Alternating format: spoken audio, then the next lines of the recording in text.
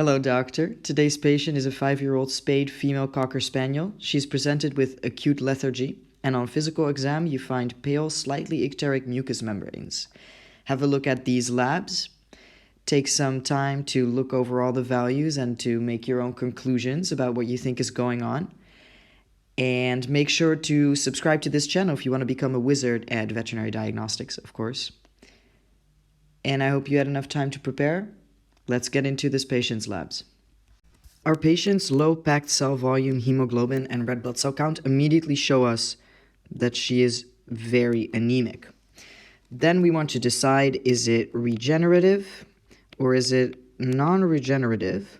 To decide whether our anemia is regenerative or non-regenerative, we look at our reticulocyte count down here, which is almost double the range. So there's a clear proof of bone marrow function. So we can rule out bone marrow dysfunction, that would be a non-regenerative anemia, and we can confirm that this is a regenerative anemia, which is excellent news for our patient. And that means we are thinking about two possible causes. This can be blood loss or blood destruction, which we also call hemolysis by a fancier word. Let's look at our red blood cell number. Now, this number is actually decreased, but it's very likely erroneously decreased due to the presence of red blood cell agglutination. If you look down here, you will see that there's agglutination present on the blood smear, and we can assume that groups are being counted as one RBC, which is why the number is artificially low. For mean cell volume, there is something similar going on right here. Mean cell volume is incredibly high, and you guys already know that a high mean cell volume is indicative of a regenerative anemia. However, if you look at the range, 60 to 72 for dogs, and our number, 114, it is simply way too high. So here we can also assume that this is erroneously high. In this case, because of agglutination. So keep in mind from now on that the RBC count as well as mean cell volume can be influenced by agglutination. Moving on to the mean corpuscular hemoglobin concentration, this value is a little bit lowered, and this is most likely lowered due to regeneration. So there's slightly less hemoglobin in our RBCs because they're being pumped out early.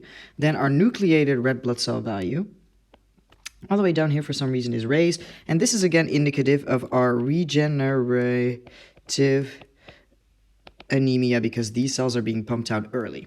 Now looking at the really interesting part here, the red blood cell morphology, we've already noted this agglutination present, but there's something even more important. That's the finding of spherocytes here. Spherocytes and agglutination might point to a recent blood transfusion and some not so good consequences of that. But our patient hasn't had a recent blood transfusion, in which case we are thinking of immune-mediated hemolytic anemia. So if we see more than 3 spherocytes in one oil immersion field, then we want to be thinking immune-mediated hemolytic anemia, unless there was a blood transfusion, of course. So we can pretty confidently diagnose this disease right now, and it is for an unknown cause right now. In many of these cases, we never really figure out the cause. Looking at our white blood cell values here, let's move on to this whole hoop. We got some neutrophilia, we've got some heightened immature neutrophils, and we have some monocytosis. And all three of these findings are very typical inflammatory leukogram. And now it's also important to know that an inflammatory leukogram often accompanies immune-mediated hemolytic anemia. Our lymphopenia could be indicative of a stress leukogram, or it could also point towards recent glucocorticoid administration in this patient. Let's look at the biochem now, starting with a mildly raised glucose. This can be due to two reasons. It could simply be stress, but it could also be the consequence of some recent glucocorticoid treatment. So that's the second time we've come across this possibility. Blood urea nitrogen is slightly raised, and overall this could be due to a decreased glomerular filtration rate, or perhaps due to bleeding into the GI tract, or a general hemodynamic problem. If we look into this with our patient, if there were a low glomerular filtration rate, we would see this reflected in our creatine value, and we would see it reflected in our urine-specific gravity all the way down here. However, both of these values are perfectly fine, telling us that the kidneys are concentrating. So the GFR is actually not decreased. And we can say with some confidence that this must then be a pre-renal azotemia. And again, this could be because of bleeding into the GI tract or any other significant bleeding or hemodynamic problems that could lead the kidneys to not receiving as much blood as they would like. And our patient is anemic, which could easily lead to these kinds of alterations. Looking at the bilirubin value, right here, it's slightly raised, and this can be due to two things. It could be because of cholestasis, or it could be because of increased red blood cell destruction, which we can pretty confidently say that this is the case for our patient. A raised alkaline phosphatase could also indicate cholestasis or recent glucocorticoid treatment. It might induce this enzyme. Let's look at our urinalysis down here. We've got bilirubinuria right here, and we also have some bilirubin containing crystals. This is not too much of a surprise, and it's basically confirming for us that serum bilirubin is high, because if it's higher than a certain threshold, it will simply be excreted by the kidneys. And we have a little bit of blood and a little bit of protein, which doesn't really seem to connect to anything at all. So it might be a reasonable guess to think that this could be due to a traumatic catheterization in the recent past. So now we've gone over all of our lab data here. Let's put the whole picture together. When we look at all the facts of this case, we have a patient with immune-mediated hemolytic anemia. This has caused most of the clinical signs. This has caused the anemia itself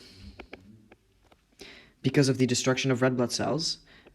This has caused the icterus, which our patient presented with, and the general lethargy. It has also led to the spherocytes, and spherocytes are in fact half-digested, partly digested red blood cells that have been half-eaten by a macrophage, and it's also caused the agglutination present in our blood smear. So remember these, specifically the spherocytes, is a telltale sign of immune-mediated hemolytic anemia. And this has also caused our high bilirubin values, including our bilirubinuria, bilirubin crystals, which is just the result of all these red blood cells being destroyed. What else is going on with our patient is that she was recently treated with glucocorticoids, and I really hope you caught on to that one. We know this, and it has led to the stress leukogram. So remember that lymphopenia that we saw? This has caused our mild hyperglycemia, and this has also induced our alkaline phosphatase to come in with a slightly raised value. So we don't have any cholestasis going on in this case. This is simply a patient which shows the effects of recent glucocorticoid treatment. And after you've diagnosed this, she's actually treated with glucocorticoids again, and she recovers and she feels a lot better. So what we learned from this case is keep in mind how some lab values can be altered or erroneous because of certain other diseases going on. And previous medication like glucocorticoids can alter the lab as well. So I hope you enjoyed this case and see you next time.